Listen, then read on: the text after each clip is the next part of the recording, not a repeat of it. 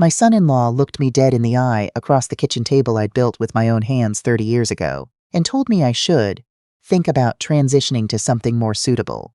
I set down my coffee mug, told him I'd think about it, and went upstairs to make a phone call. 6 weeks later, I was sitting on a terrace in the Algarve watching the Atlantic crash against the cliffs below, while he and my daughter were scrambling to cover rent on a house they suddenly had no claim to. Stay with me until the end. This one's for every parent who ever signed something without reading the fine print, because they trusted the wrong people.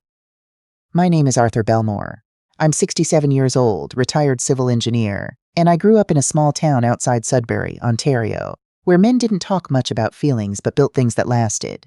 That's how I've always measured a man, not by what he says, but by what he builds and what he keeps standing.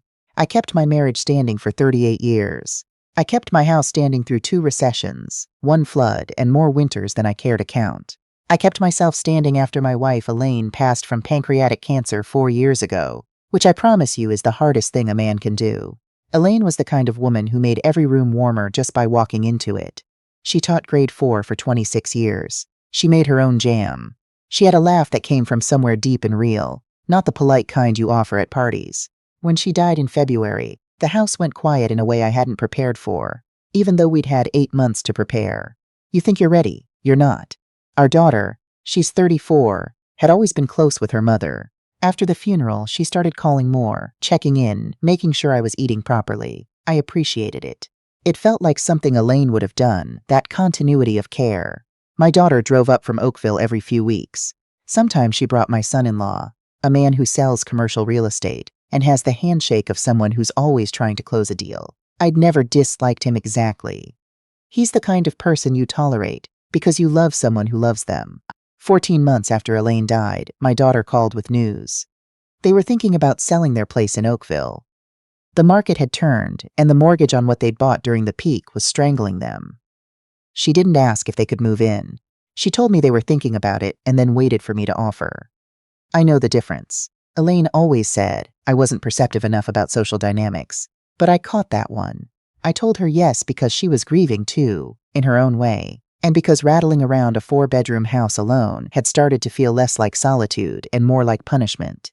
Having family close seemed right. Elaine would have wanted it. They moved in the first Saturday of April, which in Sudbury still has patches of snow on the north-facing slopes. My son-in-law brought 17 boxes labeled office, and took over the spare room I'd been using as a workshop without mentioning it ahead of time. By the time I went to check on where he'd put my workbench, it was in the garage under a tarp, and there was a standing desk and a ring light where it used to be. I didn't say anything. I told myself it was an adjustment period. The adjustment period never ended. Within the first month, small things disappeared. My reading chair, a worn leather thing that Elaine had hated, and I had loved for exactly that reason, ended up on the curb with a free sign on it while I was at my weekly breakfast with my old engineering buddy Hartley. I came home to its absence like a missing tooth. When I brought it up, my daughter said she'd assumed I wouldn't mind, that it was looking pretty rough, that she'd find me something nicer. She said it's the way you say something to a child who doesn't understand why their toy has been donated. My son-in-law started referring to the house as the property. Not our home, not your dad's place, not even the house. The property. He said it with a kind of ownership that I noticed before I could explain why it bothered me. He'd say things like we should really think about updating the property's curb appeal, or once we have the property generating some equity for us. For us, I was 70% sure I was being managed and 30% sure I was being paranoid. Then came the morning with the coffee. I come downstairs at 6:30 every morning. Always have. I make a pot of coffee, pour a mug, and sit at the kitchen table for about 20 minutes before I do anything else. It was a routine Elaine and I had together, and after she died, I kept it going, because rituals are how you stay tethered when the main rope has been cut. My son-in-law came into the kitchen around 8 that morning, while I was still sitting there reading the paper, and he opened the cupboard where I keep the coffee beans. He rearranged them without asking. I watched him move my French press to a lower shelf, put his single-serve machine in the spot where the French press had lived for 11 years, and then look over his shoulder at me like he expected a thank you. More counter space this way, he said. I went back to reading the paper. That evening, he and my daughter sat me down, in what used to be my living room, to have what he called a family conversation about the future. My daughter had the careful expression of someone who has rehearsed. He did most of the talking. The house, he said, was a lot for one person to manage. He wasn't wrong, technically, though I'd been managing it without difficulty.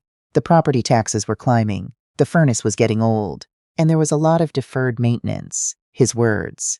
He'd been looking into some options. There was a retirement community in Barrie that a colleague of his had moved his mother into. Very nice, active lifestyle. People your age, great facilities, people your age. I'm 67. I run 5 kilometers 3 times a week. I finished a cedar deck last summer by myself. I still consult on engineering projects 2 or 3 times a year because people ask me to, not because I need the money. People my age. As if 67 was a terminal diagnosis. My daughter jumped in then, softer, the way she does when she thinks I need handling. She said they weren't trying to push me out, just thinking about what made sense for everyone long term. She said the house might be more than I needed. She said she worried about me being alone here. She said, and this is the one that landed, she said that her and her husband needed space to build their life together, and that this was, after all, going to be their home eventually. Eventually, that word did something to me I can't quite describe. Not anger, not yet. Something quieter, like the moment before ice breaks.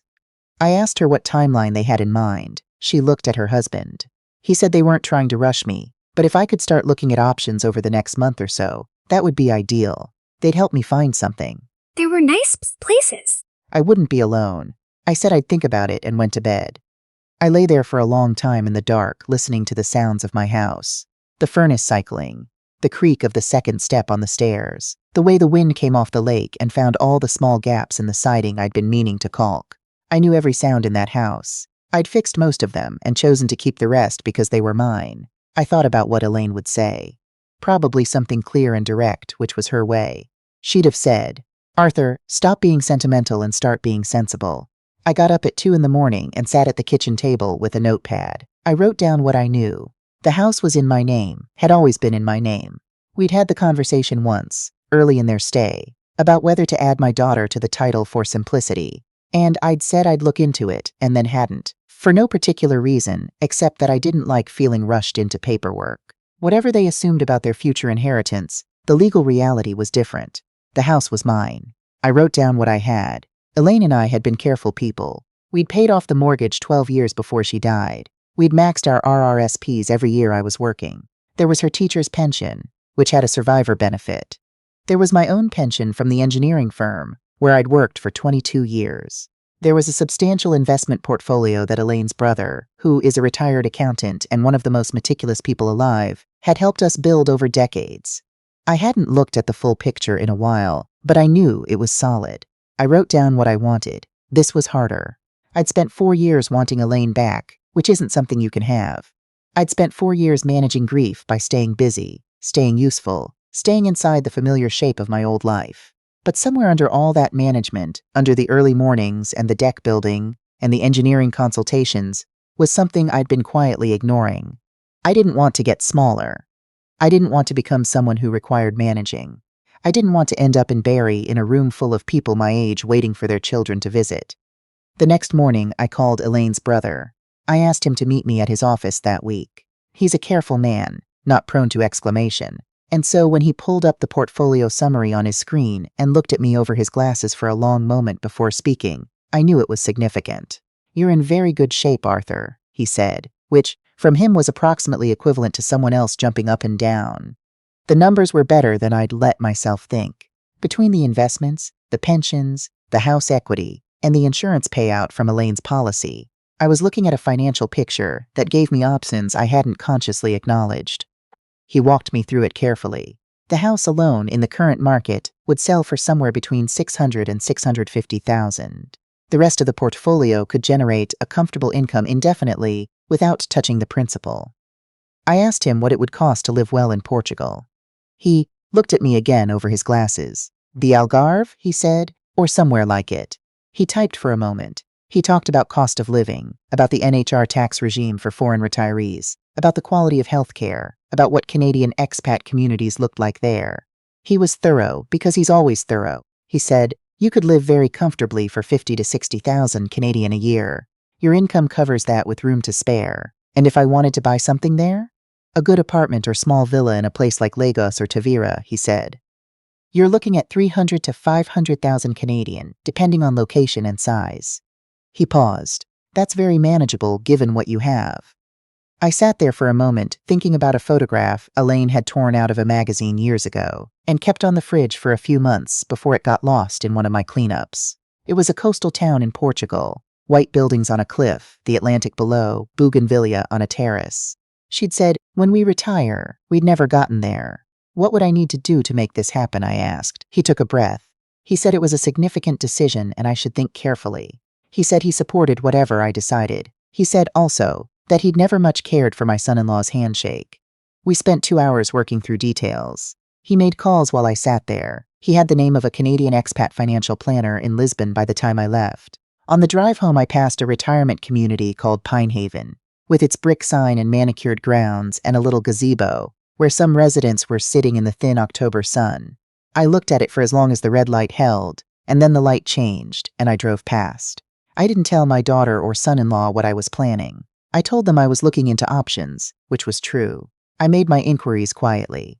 I reached out to a realtor in town, a woman who'd sold our neighbor's place the previous spring, and asked her to come by for an informal assessment. I told her I was thinking of selling. I didn't mention the timeline. She came on a Thursday afternoon while my daughter was at her yoga class, and my son-in-law was in his ring-lit office doing whatever he does. I showed her through the house, and she took notes and looked at things with the focused attention of someone who knows what matters. She said, "This property is exceptional. Maintained very well. Original hardwood, the kitchen update, the new furnace last year. Buyers notice these things. I'd list at $640 and expect to have offers inside a week. $640,000. For a house I'd bought for $89,000 in 1991. What would the process look like if I needed to move quickly?" I asked. "How quickly?" 4 to 5 weeks to closing. She said that was aggressive but doable, particularly if we got a cash buyer or a buyer with financing already in place. She said she had 2 families actively looking in this neighborhood who'd been watching for inventory. I signed the listing agreement that Thursday evening. I told myself I'd inform my daughter before the sign went up. I'd give her the courtesy of knowing before the neighborhood knew. I sat with that intention for 2 days, and then I thought about the reading chair on the curb, and the word eventually, and the brochure for the Barrie retirement community that was still sitting on the kitchen counter like a verdict. And I called the realtor and told her to list Friday morning. The sign went up while they were both out. My daughter came home first. I heard her car in the driveway, heard the door, heard her footsteps in the hall stop. She came into the kitchen where I was making dinner. "Dad," her voice was careful. "Sit down," I said. "I'm making stew. There's a for sale sign on the lawn." "I know. I listed the house." A long pause. "When did you decide this?" "A couple of weeks ago. You told me to think about my options." "I thought about them." She sat down. To her credit, she didn't immediately call her husband. She sat there for a moment, and I could see her working through it. She's always been quick that way, which she got from her mother. "Where are you going?" she asked. "Portugal," I said. "Probably the Algarve. Maybe Tavira. I haven't decided yet." Another long pause. "Portugal," she repeated. "Your mother had a picture of it on the fridge. From a magazine, a long time ago." She didn't say anything to that. I served the stew. Her husband came home an hour later, and his reaction was less contained. He wanted to know what this meant for their plans. He wanted to know about timing. He used the word blindsided. He pointed out that there were practical considerations here that I clearly hadn't thought through, which I found interesting given that the only practical considerations that actually mattered, the legal title, the financial picture, the timeline, had all been thought through in some detail. I told him they had 45 days, which was when the most likely offer would close. I told him I was happy to give them a reference for a rental, if that was helpful. I told him I was going to have a second bowl of stew and then watch the hockey game. He looked at my daughter. She was looking at her stew. "It's his house," she said quietly. "I want to be honest about something." That moment was not triumphant. She was my solder. She was sitting at my kitchen table with that careful expression, and something underneath it that looked like the beginning of grief. I didn't want to hurt her. I'd never wanted to hurt her. But wanting not to hurt her had nearly led me into a very small room in a retirement community in Barrie. And I'd made a different choice. I sold the house in 9 days. A couple from Kitchener, both teachers, cash offer at $635, closing in 33 days. My daughter and son-in-law found a rental in town. 2-bedroom, decent neighborhood, more than they wanted to spend, which I noted and said nothing about. I spent my last 2 weeks in the house very deliberately. I had coffee at the kitchen table every morning at 6:30. I sat in the new chair I'd bought for myself, leather, similar to the old one, from a furniture place in town, and read the paper. I walked through each room and let myself feel what I felt without trying to manage it into something more convenient. The last morning, I stood at the window in what had been Elaine's and my bedroom and looked out at the backyard. The garden she'd kept was overgrown now. I'd kept the grass cut, but hadn't had her patience with the beds. I thought about her and the garden and the magazine photograph and the 38 years we'd built, and how none of it was gone just because the house was changing hands. You don't carry love in a building. You carry it with you. I flew out of Toronto on a grey November morning, connecting through London to Faro. The Algarve in November is quiet. The summer tourists are gone. The light is different, lower, softer. The kind of light that has the dignity not to try too hard. I'd arranged a month-long rental in Tavira through a Canadian who'd been living there for 8 years, and maintained a small network of furnished apartments for exactly the kind of person I was becoming. His name was something I kept mispronouncing. He corrected me twice and then told me just to call him by his first name, which was Rui, and that I'd settle in faster than I thought. He was right. Tavira is an old town on the Gilao River, Roman bridge and whitewashed houses and a castle on the hill. It's small enough that you start to recognize faces within a week. I found a cafe near the market where the owner made the best coffee I'd tasted outside of Elaine's kitchen, which is the highest standard I have. I found a local men's walking group that went out Tuesday and Thursday mornings along the coast path.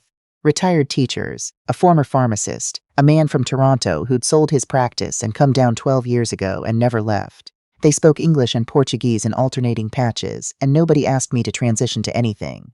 I called Hartley, my engineering friend back in Sudbury, 3 weeks in. "You sound different," he said. "Different how?" "Like yourself," he said, which was the most Hartley thing he'd ever said to me. My daughter called every few days at first, careful conversations, feeling around the edges of something. She never apologized outright, and I didn't demand it. I know my daughter. She's stubborn in the way that strong people often are. She can hold a position past the point where it's serving her, and the movement toward acknowledgement comes slowly. But it comes. About a month after I arrived, she called on a Sunday evening, and after the usual talk about what she'd been doing and what the weather was like, she said, "I owe you an apology, Dad." I waited. We came into your house and we started treating it like ours. I let that happen. I should have said something when he moved your workbench. I should have said something about the chair. A pause. "I'm sorry." I told her I appreciated that. I told her I hadn't left because of the chair. I told her I'd left because staying would have meant becoming someone I didn't want to be. I told her that her mother had wanted to come here once, and that being here felt like something, even if I couldn't name it exactly. She cried a little. I'm not good with crying, never have been, but I know when to just be quiet, which is most of what's required. Her husband called 2 days later. This was more stilted. He said he thought he'd been trying to help, and that some of his comments might have come out wrong. I told him I understood how that could happen. I kept it brief because brevity is kindness in certain conversations, and because I meant what I said. I didn't need his contrition, just his awareness, and the awareness seemed to be in process. 3 months into my time in Tavira, I flew back to Toronto for a week. My grandson was turning 4, and there are things you don't do by video call. My daughter had made a cake. She's always been better in the kitchen than she lets on, another thing she got from Elaine, and my son-in-law was quieter than usual, which I chose to interpret as progress. We had a conversation, he and I, in the kitchen while my daughter got my grandson ready for bed. He said he'd been doing some reflecting. He used that word, reflecting. He said he realized he'd been thinking about their future without really accounting for my present, and that wasn't fair. He said it carefully, like a man who has practiced. I told him I believed him, and that was good enough for now. Growth is slow, and I'm not young enough to be impatient with it. My daughter and I had a longer conversation the next morning, just the two of us, over coffee at her kitchen table. She told me she'd been seeing a therapist since I'd left. Not about me, she said quickly, but about everything, about her mother, about the pressure of the past few years, about some patterns she was working to understand. She looked lighter. She looked like someone who'd set something down that she'd been carrying too long. I told her about Tavira. I told her about the walking group, and the cafe in Rui, and the Roman bridge, and the way the light hit the river in the mornings. I told her I'd been in contact with a realtor there about buying something. A 2-bedroom apartment with a terrace on the edge of the old town, the kind of place where you can hear the church bells and see the river and have room for a guest who doesn't mind stairs. She asked if the guest room was for her. I said it was for anyone who wanted to see where her father had ended up. She came in April, without her husband that time. She needed the trip to be hers, I think, and I understood that. We walked the coast path with the Tuesday morning group, and she kept up easily, which I'd expected because she'd always had her mother's endurance. We ate at a restaurant where the owner came out to ask how we'd found the place, and ended up sitting with us for an hour talking about the town's history. We rented bicycles one afternoon and rode out to the barrier islands where the flamingos are, which sounds improbable for Portugal but is completely true. On her last evening, we sat on my terrace with a bottle of local wine and watched the light change over the rooftops. She said, "I understand why you're here." I said, "You should come back." She said, "I think I will. There's a neighbor in my building, a woman from Halifax who retired here 6 years ago after her own version of a difficult period she doesn't discuss in detail, who told me in the second week of knowing her. You either make peace with what's happened or you carry it, and carrying it costs more than you think over time." She said it the way people say things they've learned the hard way, which is the only way that means anything. I thought about that a lot in the months that followed. Making peace isn't forgetting. It isn't pretending that my son-in-law didn't stand in my kitchen and suggest I belonged somewhere more suitable, or that my daughter didn't let him speak for both of them without stopping it. Those things happened, but I also know that people act from fear and pressure and limited imagination, and that my own moments of those things have come at cost to the people I loved, even if I didn't see them clearly at the time. What I didn't do was pay for their fear with my freedom. That's the thing I'd tell any man my age who's sitting in a kitchen somewhere listening to someone use the phrase "people your age." Like it's a polite way of saying, please be smaller. It's not too late. It wasn't too late at 67, and I'm betting it isn't too late at whatever age you're reading this from. The question isn't whether you're too old to start over. The question is whether you can afford to let someone else decide what your life should look like. I bought the apartment in May. 2 bedrooms, a terrace that faces west for the sunsets, a spare room with a window that looks out over the old town rooftops. I put up a photograph that my daughter found while cleaning out some of her mother's things, a torn page from a magazine, a coastal town with white buildings and bougainvillea, the Atlantic below. She'd had it framed before she sent it. It hangs in the hallway now, the first thing I see when I come through the door. Every morning I make coffee and take it out to the terrace and sit there for 20 minutes before I do anything else. The church bells go at 7. The river catches the light differently depending on the season. Some mornings the air smells like salt and orange blossom at the same time, which shouldn't be possible. But the Algarve has a way of making things work that shouldn't. I think about Elaine. I think about the photograph on the fridge. I think about how we made plans for eventually, and how eventually is a word that can swallow a life if you're not paying attention. I'm paying attention now. My son-in-law visited last September with my daughter. He stood on this terrace and looked out at the river and the town and the hills going orange in the late afternoon, and he was quiet for a long time. Then he said, "This is remarkable, Arthur." It was the first time he'd ever used my name. I told him it took some finding. He nodded at that, like he understood it might apply to more than one thing. I think it does. If any of this sounds familiar, if you've sat at your own kitchen table and listened to someone explain your future back to you like you'd misunderstood it, drop a comment below. Tell me where you're watching from. And if you know someone who needs to hear that it's not too late, I'd be grateful if you passed this along.